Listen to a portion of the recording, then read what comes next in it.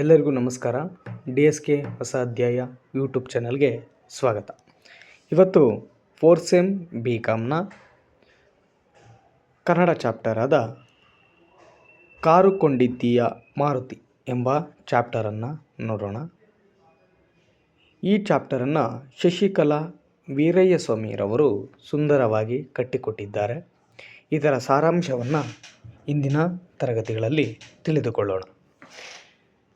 ಇಲ್ಲಿ ಲೇಖಕಿ ಮೊದಲಿಗೆ ಬೆಂಗಳೂರಿನಲ್ಲಿ ಉಪನ್ಯಾಸಕಿ ಆಗಿ ಕೆಲಸ ಮಾಡ್ತಿದ್ದಂಥ ಸಂದರ್ಭದಲ್ಲಿ ಮತ್ತು ಅವರು ಬೆಂಗಳೂರಿನ ದೂರದರ್ಶನ, ಚಲನಚಿತ್ರ ಹೀಗೆ ಮುಂತಾದ ಕಡೆ ಕೆಲಸವನ್ನು ನಿರ್ವಹಿಸ್ತಾ ಇರ್ತಾರೆ. ಅವರಿಗೆ ಗೌರವಧನ ಮತ್ತು ಅವರು ಅಲ್ಪ ಸ್ವಲ್ಪ ಕೂಡಿಟ್ಟಿದ್ದಂತಹ ಹಣ ಬಂದಿದ್ದರಿಂದ ಅವರಿಗೆ ಬೇಕಾದ ಸ್ಥಳಗಳಿಗೆ ಹೋಗೋದಕ್ಕೆ ಮತ್ತು ಸಮಯವನ್ನು ಉಳಿತಾಯ ಮಾಡೋದಕ್ಕೆ ಅವ್ರಿಗೇನನ್ಸುತ್ತೆ ಅಂದರೆ, ನನಗೆ ಒಂದು ಕಾರ್ ಇದ್ದರೆ ಚೆನ್ನಾಗಿರುತ್ತೆ ಅನಿಸುತ್ತೆ. ಯಾಕೆಂದರೆ ಕಾರನ್ನು ತಗೊಂಡ್ರೆ ತನ್ನ ಗಂಡನನ್ನು ಪದೇ ಪದೇ ಪ್ರತಿನಿತ್ಯ ಲಿಫ್ಟ್ ಕೇಳೋದು ತಪ್ಪುತ್ತೆ. ಮತ್ತು ಅವರು ಕಾಲೇಜಿನ ಅಕಾಡೆಮಿ ಮೀಟಿಂಗ್ಗೆ, ಕರ್ನಾಟಕ ಸಾಹಿತ್ಯ ಪರಿಷತ್ತು ಹೀಗೆ ಕಲಾಕ್ಷೇತ್ರ ಮುಂತಾದ ಕಡೆ ಏನು ಮಾಡ್ಬೋದು ಅಂತಂದರೆ ಅವರು ಯಾರ ಸಹಾಯವಿಲ್ಲದೆ ಅವರೇ ಹೋಗ್ಬೋದು ಮತ್ತು ಇದರಿಂದ ಹಣ ಉಳಿತಾಯ ಮತ್ತು ಸಮಯ ಉಳಿತಾಯ ಆಗುತ್ತೆ. ಆದ್ದರಿಂದ ಏನು ಮಾಡ್ತಾರೆ ಅಂತಂದರೆ ಹಣದಿಂದ ಬಂದಂಥ ಸ್ವಲ್ಪ ಹಣದಿಂದ ಒಂದು ಸೆಕೆಂಡ್ ಹ್ಯಾಂಡಲ್ ಕಾರನ್ನು ತಗೋತಾರೆ. ಹೀಗೆ ಕಾರನ್ನು ತಗೊಂಡಂಥ ಸಂದರ್ಭದಲ್ಲಿ ಅವರಿಗೆ ತುಂಬ ಸಂಭ್ರಮ. ಯಾಕೆ ಅಂತಂದರೆ ಅವರೇ ಕೂಡಿಟ್ಟಂತಹ ಹಣದಲ್ಲಿ ಹೊಸ ಕಾರನ್ನು ತಗೊಂಡಾಗ, ಸೆಕೆಂಡ್ ಹ್ಯಾಂಡಲ್ ಹೊಸ ಕಾರನ್ನು ತಗೊಂಡಾಗ ಅವರಿಗೆ ಸಂಭ್ರಮ ಅಷ್ಟಿಷ್ಟಲ್ಲ. ಈ ಸಂಭ್ರಮದ ವಿಚಾರವನ್ನು ಅವರು ತನ್ನ ಅಪ್ಪನಿಗೆ, ತನ್ನ ಕುಟುಂಬದವರಿಗೆ, ತನ್ನ ಸ್ನೇಹಿತರಿಗೆ ಎಲ್ಲರಿಗೂ ಸಹ ತನ್ನ ವಿಚಾರವನ್ನು ಹೇಳ್ತಾರೆ. ಹಾಗೆ ಮನೆಗೆ ಬಂದಂಥ ಸಂದರ್ಭದಲ್ಲಿ ಒಣಮೆಣಸಿನಕಾಯಿ, ನಿಂಬೆಹಣ್ಣು ಕರಿದಾರದಲ್ಲಿ ಕಟ್ಟಿ ಕಾರಿಗೆ ದೃಷ್ಟಿ ಆಗದಂತೆ ಕಟ್ಟಿ ಮತ್ತು ಹೂನಾರ ಹಾಕಿ ಅದಕ್ಕೆ ಪೂಜೆಯನ್ನು ಸಲ್ಲಿಸಿ ಅದನ್ನು ನಿಲ್ಲಿಸಿರ್ತಾರೆ. ಹೀಗೆ ನಿಲ್ಲಿಸಿದ್ದಂಥ ಸಂದರ್ಭದಲ್ಲಿ ಅವರಿಗೆ ಯಾವಾಗಲೂ ಸಹ ಕಾರಿನ ತಳಮಳ. ಯಾಕೆಂದರೆ ಹೊಸದಾಗಿ ಕಾರನ್ನು ಕೊಂಡುಕೊಂಡಿರೋದ್ರಿಂದ ಅದರ ಮೇಲೆ ಪ್ರೀತಿ ಜಾಸ್ತಿ. ಅವ್ರಿಗೆ ಹೇಗೆ ಅನ್ನಿಸ್ತಾ ಇರುತ್ತೆ ಅಂತಂದರೆ, ಪ್ರತಿನಿತ್ಯ ಹೋಗಿ ಆ ಕಾರನ್ನು ನೋಡಿ ಬರ್ತಾ ಇರ್ತಾರೆ. ಹೇಗಿರುತ್ತೆ ಅಂತಂದರೆ, ಒಬ್ಬ ತಾಯಿ ಈಗ ಹೆತ್ತಂಥ ಮಗುವನ್ನು ತೊಟ್ಟಿಲಲ್ಲಿ ಹಾಕಿದಾಗ ಅವಳು ಹೇಗೆ ಮಗುವನ್ನು ಪದೇ ಪದೇ ಹೋಗಿ ಎದ್ದಿದೆಯಾ ಇಲ್ವಾ, ಏನು ಮಾಡ್ತಾಯಿದೆ ಅಂತ ನೋಡ್ತಾಳೋ, ಹಾಗೆ ತನ್ನ ಕಾರನ್ನು ಸಂಭ್ರಮದಿಂದ ನೋಡ್ತಾ ಇರ್ತಾಳೆ. ಈಗ ಆ ಕಾರನ್ನು ತಗೊಂಡಿರೋ ವಿಚಾರವನ್ನು ತನ್ನ ಅಪ್ಪನಿಗೆ ಹೇಳಿದಾಗ ಅಪ್ಪ ಏನಂತಾನೆ ಅಂದರೆ, ಹೌದಮ್ಮ, ನಿನಗೆ ಕಾರು ತಗೊಳ್ಳುವಂತಹ ಯೋಗ ಇದೆ ಅನ್ನೋದನ್ನು ಜ್ಯೋತಿಷ್ಯಗಳು ಹೇಳಿದರು ಅನ್ನೋದನ್ನು ಅವ್ರ ಅಪ್ಪನೂ ಹೇಳ್ತಾರೆ. ಈಗ ಅವಳು ಅನ್ಕೋತಾಳೆ, ಎಷ್ಟೋ ವರ್ಷ ವಿದ್ಯಾಭ್ಯಾಸ ಕಳೆದು ಎಷ್ಟೋ ವರ್ಷ ಆದರೂ ಇಂತಹ ಲಕ್ಷಣ ಕಾಣಲಿಲ್ಲ. ಒಂದು ಸೈಕಲ್ನೂ ಸಹ ತಗೊಂಡವಳಲ್ಲ, ಆದರೆ ಈಗ ನಾನು ತಗೊಂಡಿದ್ದೀನಿ ಅನ್ನೋದೆಲ್ಲ ನೆನಪು ಮಾಡ್ಕೊಳ್ತಾ ಮತ್ತೆ ಏನು ಮಾಡ್ತಾಳೆ ಅಂತಂದರೆ, ಈಗ ಮತ್ತೆ ನೆನಪು ಮಾಡ್ಕೊಳ್ತಾಳೆ. ಈ ಕಾರು ಬಂದಂಥ ಸಂದರ್ಭದಲ್ಲಿ, ಕಾರು ಬರದೇ ಇದ್ದಂಥ ಸಂದರ್ಭದಲ್ಲಿ ಏನಿತ್ತು, ಅಲ್ಲಿ ಇಲ್ಲಿ ಕಾರ್ಯಕ್ರಮಗಳು, ದೂರದರ್ಶನ, ಆಕಾಶವಾಣಿ ಮತ್ತು ಈ ಥರ ಸಮ್ಮೇಳನ ಕಾರ್ಯಕ್ರಮಗಳಿಗೆ ಹೋಗುವಾಗ ಮತ್ತು ತಮ್ಮ ಊರಿಗೇನಾದರೂ ಹೋದರೆ ಅಣ್ಣ, ತಮ್ಮ, ತಂಗಿದಿರು ಹೀಗೆ ಮುಂತಾದವ್ರ ಕಡೆ ಹೋಗ್ಬೇಕಾದ್ರೆ ಏನಾಗ್ತಿತ್ತು ಅಂತಂದರೆ, ತಮ್ಮ ಆಯಸ್ಸು ಎಲ್ಲಿ ಕಳೀತಾ ಇತ್ತು ಅಂದರೆ, ಈ ಗಾಡಿಯನ್ನು ಕಾದು ಅಥವಾ ಈ ಥರ ವಾಹನಗಳಲ್ಲಿ ಹೋಗೋದೇ ಆನಿಸ್ತಾ ಇತ್ತು ಅಂತ ಹೇಳಿ ಆಕೆ ಅಂದುಕೊಳ್ತಾ ಇರ್ತಾಳೆ. ಈಗಿದ್ದಂಥ ಸಂದರ್ಭದಲ್ಲಿ ಮುಂಜಾನೆ ಕಳೆಯುತ್ತೆ, ಅಂದರೆ ರಾತ್ರಿ ಕಳೆದು ಮುಂಜಾನೆ ಬರುತ್ತೆ. ಈ ಬೆಳಗಿನ ಸಂದರ್ಭದಲ್ಲಿ ಕಾರು ಎಳೆ ಬಿಸಿಲಿಗೆ ಇವಳನ್ನು ಕರೆಯುವಂತೆ ಸೆಳೆಯುವಂತೆ ಕಾಣ್ತಾ ಇರುತ್ತೆ. ಇವಳು ತಕ್ಷಣ ಎದ್ದವಳು ಕಾರ್ ಹತ್ತಿರ ಹೋಗಿ ಅದನ್ನು ಒರೆಸೋದು ಮತ್ತು ತೊಳೆಯೋದು ಹೀಗೆ ಮಾಡ್ತಾ ಇರ್ತಾಳೆ. ಹೀಗೆ ಮಾಡ್ತಿದ್ದಂಥ ಸಂದರ್ಭದಲ್ಲಿ ಅವ್ರ ಗಂಡ ಹೊರಗಡೆಯಿಂದ ಬಂದು ಬ್ಯಾಗನ್ನು ತಗುಲಾಕಿ ಬಂದು ಅವಸರದಿಂದ ಹೊರಬಂದು ನೋಡ್ತಾನೆ, ಆಕೆ ಇವಳು ಕಾರನ್ನು ತೊಳಿತಾ ಇರ್ತಾಳೆ. ಈಗ ಅವನು, ಇಲ್ಲ ನಾನು ಹೋಗ್ತಾ ಇದ್ದೀನಿ, ಆಫೀಸ್ಗೆ ಹೋಗ್ತೀನಿ ಅಂತ ಹೇಳಿ ಹೋಗ್ತಾನೆ. ಮತ್ತು ಇವಳು ಏನು ಮಾಡ್ತಾಳೆ ಅಂತಂದರೆ, ಟಿಫನ್ ಆಗಿರಲ್ವಲ್ಲ, ಹಂಗಾಗಿ ಟಿಫನ್ ಮಾಡಿದ್ರ ಅಂತ ಕೇಳಿದಾಗ, ಇಲ್ಲ ನನ್ನ ಹೊರಗಡೆ ಮಾಡ್ತೀನಿ ಅಂತ ಹೇಳಿ ಅವನು ಹೊರಟು ಹೋಗ್ತಾನೆ. ಮತ್ತು ಇವಳಿಗೆ ಅವಾಗ ಅನಿಸುತ್ತೆ ಏನಂತ, ನಾನು ಹೆಂಗಿದ್ರೂ ಕಾರನ್ನು ತಗೊಂಡಿದ್ದೀನಿ, ಆದರೆ ಕಾರನ್ನು ಓಡಿಸೋದಕ್ಕೆ ನನಗೆ ಬರಲ್ವಲ್ಲ ಅಂತ ಹೇಳಿ ಏನು ಮಾಡ್ತಾಳೆ ಅಂತಂದರೆ, ಅರ್ಜೆಂಟಲ್ಲಿ ಹೋಗಿ ರೆಡಿಯಾಗಿ ಯಾವುದೋ ಆಟೋವನ್ನು ಹಿಡಿದು ಕಾಲೇಜಿಗೆ ಬರ್ತಾಳೆ. ಬಂದಂಥ ಸಂದರ್ಭದಲ್ಲಿ ಆಕೆ ತನ್ನ ಗಂಡನಿಗೆ ಫೋನ್ ಮಾಡಿ ಹೇಳ್ತಾಳೆ, ಯಾಕ್ರಿ ಹಿಂಗೆ ಬಿಟ್ಟೋದ್ರಿ, ಯಾಕೆ ಕರ್ಕೊಂಡು ಹೋಗ್ಬೋದಾಯ್ತಲ್ಲ ಅಂತ ಹೇಳಿದಾಗ ಅವನೇನಂತಾನೆ ಅಂತಂದರೆ, ನೋಡಮ್ಮ ನೀನು ಕಾರ್ ತಗೊಂಡಿರೋದು ಎಲ್ಲವನ್ನು ನೀನು ಎಲ್ಲರ ಹತ್ರನೂ ಹೇಳ್ಕೊಂಬರ್ತಿದ್ಯಲ್ಲ, ಹಾಗೆ ಏನು ಮಾಡು ಅಂತಂದರೆ ಅದೇ ಕಾರನ್ನು ನೀನು ತಳ್ಕೊಂಡು ದಾರ ಕಟ್ಕೊಂಡು ಹೆಂಗೋ ನಿನ್ನ ಕಾಲೇಜ್ ಹತ್ರ ತಗೊಂಡೋಗು ಅಂತ ಹೇಳ್ತಾನೆ. ಮತ್ತು ಅವಳಿಗೆ ಆ ಮಾತುಗಳೆಲ್ಲ ಸ್ವಲ್ಪ ಬೇಜಾರು ಅನಿಸುತ್ತೆ. ಆದರೂ ಮತ್ತೆ ಅವನೇನಂತಾನೆ ಅಂತಂದರೆ, ಇರಲಿ ಪರವಾಗಿಲ್ಲ, ಏನು ಮಾಡು ಅಂತಂದರೆ ನೀನು ಯಾಕೆ ಡ್ರೈವಿಂಗ್ ಕ್ಲಾಸ್ಗೆ ಹೋಗಿ ಡ್ರೈವಿಂಗನ್ನು ಕಲಿಬಾರ್ದು, ನಿನಗೆ ಈಸಿ ಆಗುತ್ತಲ್ಲ ಅಂತ ಹೇಳಿ ಅವನಂತಾನೆ. ಅವನು ಸ್ವಲ್ಪ ಬೈಯೋನಾಗಿರೋದ್ರಿಂದ ಬೈದರೂ ಅದೇನಾಗುತ್ತೆ ಅಂತಂದರೆ ಈಕೆಗೆ ಇವನು ಮುಂಜಾನೆ ತಿಂಡಿ ತಿಂದಿಲ್ಲ ಅಥವಾ ನಾನು ಮಾಡಿಲ್ಲದೆ ಇರೋದ್ರಿಂದ ಸ್ವಲ್ಪ ಕೋಪದಲ್ಲಿದ್ದಾರೆ ಅನಿಸುತ್ತೆ. ಸರಿ ಆಯಿತು, ಗಂಡ ಹೇಳಿದ್ದಾರೆ. ಮತ್ತೆ ಏನು ಮಾಡ್ತಾಳೆ, ಡ್ರೈವಿಂಗ್ ಕ್ಲಾಸ್ಗೆ ಹೋಗ್ತಾಳೆ. ಡ್ರೈವಿಂಗ್ ಕ್ಲಾಸನ್ನು ಹೋಗಿ ತರಬೇತಿಯನ್ನು ಪಡಿತಿದ್ದಂಥ ಸಂದರ್ಭದಲ್ಲಿ ಅಲ್ಲಿ ಅವಳಿಗೆ ಒಬ್ಬ ವಯಸ್ಸಾದ ಗುರುಗಳು ಸಿಕ್ಕಿರ್ತಾರೆ. ಇವಳಿಗೆ ಮೊದಲಿಗೆ ಲೇಖಕಿಯವರಿಗೆ ಏನಪ್ಪ ಅಂತಂದರೆ ಇವರು ಯಂತ್ರಗಳ ಮೇಲೆ ಯಾವಾಗಲೂ ಅಪನಂಬಿಕೆ. ಏಕೆ ಅಂತಂದರೆ ಇವು ಏನು ತಮಗೆ ಬೇಕಾಗಿರುವ ಹಾಗೆ ತಮ್ಮನ್ನು ಅರ್ಥ ಮಾಡ್ಕೊಳ್ಳೋದಿಲ್ಲ ಮತ್ತು ಸಹಕರಿಸೋದಿಲ್ಲ ಅಲ್ವಾ. ಯಂತ್ರಗಳು ಮನುಷ್ಯರನ್ನು ಹೇಗೆ ಅರ್ಥ ಮಾಡ್ಕೋತವೆ ಅನ್ನೋ ಎಲ್ಲ ಕುತೂಹಲ ಪ್ರಶ್ನೆಗಳು ಇವಳಿಗೆ. ಮತ್ತೆ ಏನು ಮಾಡ್ತಾಳೆ ಲೇಖಕಿಯವರು, ಏನು ಮಾಡ್ತಾರೆ ಅಂತಂದರೆ ತಮ್ಮ ಗುರುಗಳು ಕಾರನ್ನು ಒಂದು ಕಡೆ ಆಕೆಗೆ ಹೇಳ್ಕೊಡ್ತಾ ಪಕ್ಕದಲ್ಲಿ ಕೂತು ಇವರು ಬನಶಂಕರಿ, ಜಯನಗರ ಮುಂತಾದ ರಸ್ತೆಗಳಲ್ಲಿ ಆಕೆಗೆ ಟ್ರೈನಿಂಗ್ ಕೊಡ್ತಾ ಇರ್ತಾರೆ.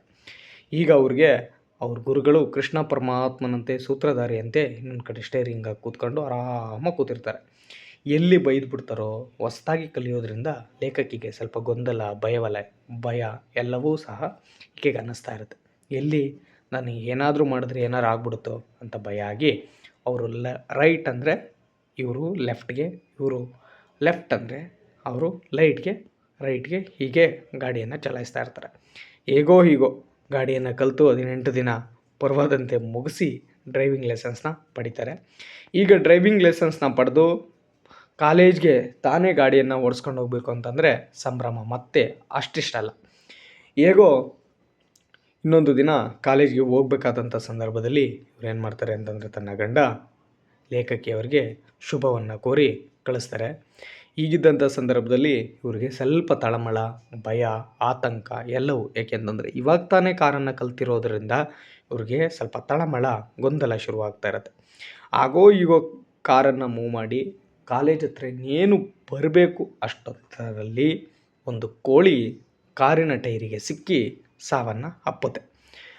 ಅಲ್ಲಿ ಬಂದಂಥ ಜನ ಅವರನ್ನು ಬೈಯೋದಕ್ಕೆ ಸ್ವಲ್ಪ ಜನ ಬಂದರೆ ಮತ್ತೆ ಇನ್ನೂ ಸ್ವಲ್ಪ ಜನ ಆಕೆಯನ್ನು ಸಮಾಧಾನಪಡಿಸೋದಕ್ಕೆ ಬರ್ತಾರೆ. ಹೆಂಗೋ ಮುಂಜಾನೆ ಆಗಿರೋದ್ರಿಂದ ಸ್ವಲ್ಪ ಜನ ಸೇರಿರ್ತಾರೆ. ಹೀಗಾಗಿ ಲೇಖಕಿಯವರು ಏನು ಮಾಡ್ತಾರೆ ಅಂತಂದರೆ ಆ ಕೋಳಿ ಸತ್ತದಕ್ಕೆ 100 ರೂಪಾಯಿನ ಕೊಟ್ಟು ಅಲ್ಲಿಂದ ಹೊರಗಡೆ ಬಂದುಬಿಡ್ತಾರೆ. ಹೊರಗಡೆ ಬಂದು ಕಾಲೇಜಿಗೆ ಬಂದಂಥ ಸಂದರ್ಭದಲ್ಲಿ ಮತ್ತೆ ಅವ್ರ ಗಂಡನಿಗೆ ಈ ವಿಚಾರಗಳನ್ನು ಮುಟ್ಟಿಸ್ತಾರೆ. ಈಗ ಆಕೆ ಹೇಳ್ತಾರೆ, ನೋಡ್ರಿ ಹಿಂಗೆಲ್ಲ ಆಯಿತು ಅಂತ ಹೇಳಿ ಎಲ್ಲವನ್ನು ಹೇಳೋದಕ್ಕೆ ಶುರು ಮಾಡ್ತಾರೆ. ಆಗ ಮೊದಲೇ ನೀವು ಅವ್ರ ಗಂಡ ಏನಂತಾರೆ ಅಂತಂದರೆ, ನೋಡಮ್ಮ ಮೊದಲೇ ನೀವು ಕವಿಗಳು ಅಲ್ವಾ, ಕವಿಗಳ ತಲೆ ಸುಮ್ಮನಿರಲ್ಲ, ತಲೆಯಾಗ 108 ಹುಳ ಹಾರಾಡ್ತಾ ಇರ್ತವೆ. ಅಂದರೆ ಏನೇನೋ ಯೋಚನೆ ಮಾಡ್ತಾ ಇರ್ತೀರ. ಇವತ್ತು ಕೋಳಿ ಬಂತು, ನಾಳೆ ಕುರಿ ಬರುತ್ತೆ, ಆಮೇಲೆ ಕ್ವಾಣ ಬರುತ್ತೆ, ಆಮೇಲೆ ಮನುಷ್ಯರು ಬರ್ಬೋದು. ಹೀಗೆ ನೀನು ಮನುಷ್ಯನ ಬಲಿ ತಗೊಳ್ಳೋವರೆಗೂ ಕಾಣೋದಿಲ್ಲ ಅನಿಸುತ್ತೆ ಅಂತ ಹೇಳಿ ಇದು ಮಾಡ್ತಾನೆ. ಮತ್ತೆ ಹೇಳ್ತಾನೆ, ನೋಡಮ್ಮ ಇವೇನಾದರೂ ಗುರ್ತಿಸಿದ್ರೆ ಪರವಾಗಿಲ್ಲ, ಆದರೆ ಮುಂದೆ ನಿನಗೇನಾದರೂ ಹೆಚ್ಚು ಕಮ್ಮಿ ಆಗಿ ನೀನೇನಾದ್ರು ಮನೇಲಿ ಮಲಗಿದ್ರೆ ನೀನು ಯಾರು ಸೇವೆ ಮಾಡ್ತಾರೆ? ಅದಕ್ಕೆ ಏನು ಮಾಡು ಅಂತಂದರೆ ನಾಳೆಯಿಂದ ಒಬ್ಬ ಡ್ರೈವರ್ನ ನೀನು ನಿನ್ನ ಕಾರ್ಗೆ ಡ್ರೈವರ್ನ ಇಟ್ಕೋ ಅಂತ ಹೇಳ್ತಾರೆ. ಸರಿ ಆಯಿತು, ಡ್ರೈವರ್ನ ಇಟ್ಕೋ, ನೀನು ಎಲ್ಲೆಲ್ಲಿ ಓಡಾಡ್ತೀಯಪ್ಪ ಅಲ್ಲೆಲ್ಲ ಜೀವರಾಶಿಗಳಿಗೆ ದೇವರು ಆಯಸ್ ಕೊಡಲಿ ಅಂತ ಹೇಳಿ ಬೈದರೂ ಸಹ ಅವನು ಆರೈಕೆ ಮೂಲಕ ಆಕೆಗೆ ಹೇಳಿ ಕಳಿಸ್ತಾರೆ. ನಂತರ ಏನಾಗುತ್ತೆ ಅಂತಂದರೆ ಇವಳು ಅನ್ಕೋತಾಳೆ, ನಾನು ಡ್ರೈವಿಂಗ್ನ ಓಡಿಸ್ಬೇಕಾದ್ರೆ ಹೆಂಗಿರ್ಬೇಕಪ್ಪ ಅಂತಂದರೆ ರೋಡಲ್ಲಿ ಯಾರೂ ಸಹ ಇರಬಾರ್ದು. ಅರ್ಜುನ ಬಿಲ್ಲದಲ್ಲಿ ಬಾಣವನ್ನು ತೆಗೆದು ಹೇಗೆ ಬಿಡ್ತಾನೋ ಹಾಗೆ ಹೋಯ್ತಾ ಇರಬೇಕು. ಅಕ್ಕಪಕ್ಕ ಯಾರೂ ಇರಬಾರ್ದು. ಹಂಗಿದ್ರೆ ನಾನು ಏನು ಮಾಡ್ತೀನಿ, ಸ್ಟೇರಿಂಗನ್ನು ನೋಡ್ತಾ ಗಾಡಿಯನ್ನು ಮೂವ್ ಮಾಡ್ತೀನಿ ಅಂತ ಅನ್ಕೋತಾ ಇರ್ತಾಳೆ. ಈಗ ಆ ಕಾರನ್ನು ಓಡಿಸೋದಕ್ಕೆ ಹಲವಾರು ಜನ ಏನು ಮಾಡ್ತಾರೆ ಅಂತಂದರೆ ಡ್ರೈವರ್ಗಳು ಬರ್ತಾರೆ.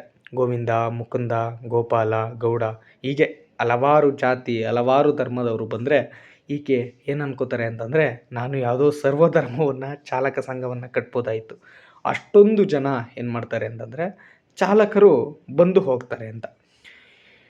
ಅವರು ಬಂದವರು ಏನೇನು ಅಂತಂದರೆ ಒಂದೊಂದು ವರಸೆ ಅಂದರೆ ಒಬ್ಬೊಬ್ರದ್ದು ಒಂದೊಂದು ಥರ ಅಂತ. ವಿಜಯನಗರಕ್ಕೆ ಅವ್ರೇನು ಮಾಡ್ತಾರೆ ಅಂತಂದರೆ ಮನೆಯನ್ನು ಸ್ಥಳಾಂತರಿಸಿದಾಗ ಗೌರಿ ಪಾಳ್ಯದ ಮೇಲೆ ಕಾಲೇಜಿಗೆ ಹೋಗಬೇಕಾಗಿರುತ್ತೆ. ಅಲ್ಲೊಬ್ಬ ಏನು ಮಾಡ್ತಾನೆ ಅಂತಂದರೆ ಡ್ರೈವರು ಆ ಗೌರಿಪಾಳ್ಯದ ರಸ್ತೆಯಲ್ಲಿ ಹೋಗ್ಬೇಕಾದಂಥ ಸಂದರ್ಭದಲ್ಲಿ ಕಾರನ್ನು ಮೂವ್ ಮಾಡ್ತಾ ಲೇಖಕಿಯವರನ್ನು ಕಾಲೇಜಿಗೆ ಕರ್ಕೊಂಡು ಹೋಗಬೇಕಾದ್ರೆ ಅವನು ಗೌರಿಪಾಳ್ಯದ ತಿಪ್ಪೆ ರಾಶಿಯಲ್ಲಿ ಆಕೆಯನ್ನು ಕಾರು ನಿಲ್ತಾ ಇರುತ್ತೆ. ಪ್ರತಿ ಸಲ ಹಾಗೆ ನಿಲ್ತಾ ಇರುತ್ತೆ. ಆಕೆ ಕೇಳ್ತಾರೆ, ನೋಡಪ್ಪ ಯಾವಾಗಲೂ ನೀನು ಇದೇ ಮಾಡ್ತೀಯಲ್ಲ, ಪೆಟ್ರೋಲ್ ಇದೆಯಾ ಅಥವಾ ಏನಾರು ಆಯಿತಾ, ಮುಂಚೆನೇ ನೋಡ್ಕೊಬೇಕಲ್ವ ಅಂದಾಗ, ಇಲ್ಲ ಮೇಡಮ್ ನೋಡಿದ್ದೆ ಆದರೂ ಹಿಂಗಾಗಿದೆ, ಪೆಟ್ರೋಲ್ ತರ್ತೀನಿ ಇಲ್ಲೇ ಇರಿ ಅಂತ ಹೇಳಿ ಅವರು ಹೋಗ್ತಾರೆ. ಈಕೆಗೆ ಬೇಸರ, ನನಗೆ ಸಿಗೋರೆಲ್ಲ ಇಂಥವ್ರೆ ಸಿಕ್ಕಿದ್ರಲ್ಲ ಅಂತ ಹೇಳಿ ಆಕೆ ಬೈಕೊಳ್ತಿದ್ದಂಥ ಸಂದರ್ಭದಲ್ಲಿ ಮತ್ತು ಆ ಸ್ಮೆಲ್ಲಿಂದ ಏನು ಮಾಡ್ತಾರೆ, ಆ ವಾಸನೆಯಿಂದ ಅವ್ರ ಕಾರ್ 4 ಗ್ಲಾಸನ್ನು ಏರಿಸಿ ಒಳಗಡೆ ಕೂತಿರುವಾಗ ಅಲ್ಲಿ ಚಿಕ್ಕ ಚಿಕ್ಕ ನೊಣಗಳು, ಚಿಕ್ಕ ಚಿಕ್ಕ ಪುಟಾಣಿ ಜಂತುಗಳೇನು ಮಾಡ್ತವೆ ಅಂತಂದರೆ ಗ್ಲಾಸ್ ಸುತ್ತ ಬಂದು ತಾವೇ ಲೇಖಕಿಯವರನ್ನು ಅಣಕಿಸುವಂತೆ ಏನು ಮಾಡ್ತವೆ, ಓಡಾಡ್ತಾ ಇರ್ತವೆ. ಇನ್ನೂ ಕೆಲವು ಹಲ್ಲುಗಿಂಚಿ ಓಡಾಡ್ತಾ ಇದ್ದರೆ ಇನ್ನೂ ದೊಡ್ಡ ದೊಡ್ಡವು ನೊಣಗಳೇನು ಮಾಡ್ತವೆ ಅಂತಂದರೆ ತನ್ನ ಜೇಬಿಯಿಂದ ತೆಗೆದು ಬಾಚಣಿಗೆಯನ್ನು ಸ್ಟೈಲಾಗಿ ತಲೆ ಬಾಚಿಕೊಳ್ಳುವಂತೆ ಈಕೆ ಟೀಕೆ ಮಾಡೋ ಥರ ಅನ್ನಿಸ್ತಾ ಇರತ್ತೆ. ಹೀಗೆ ಮತ್ತು ಡ್ರೈವರ್ಗಳು ತುಂಬ ಜನ ಹಂಗೆ ಬಂದಾಗ ಆಕೆಗೆ ಅಂತಹ ಸಂದರ್ಭದಲ್ಲಿ ಸ್ವಲ್ಪ ಬೇಜಾರು ಅನಿಸಿದ್ರೂ ಸಹ ಇಂತಹ ಚಿಕ್ಕ ಪುಟ್ಟ ಘಟನೆಗಳಿಂದ ಅವರು ಅದನ್ನು ಮರಿತಾ ಇರ್ತಾರೆ.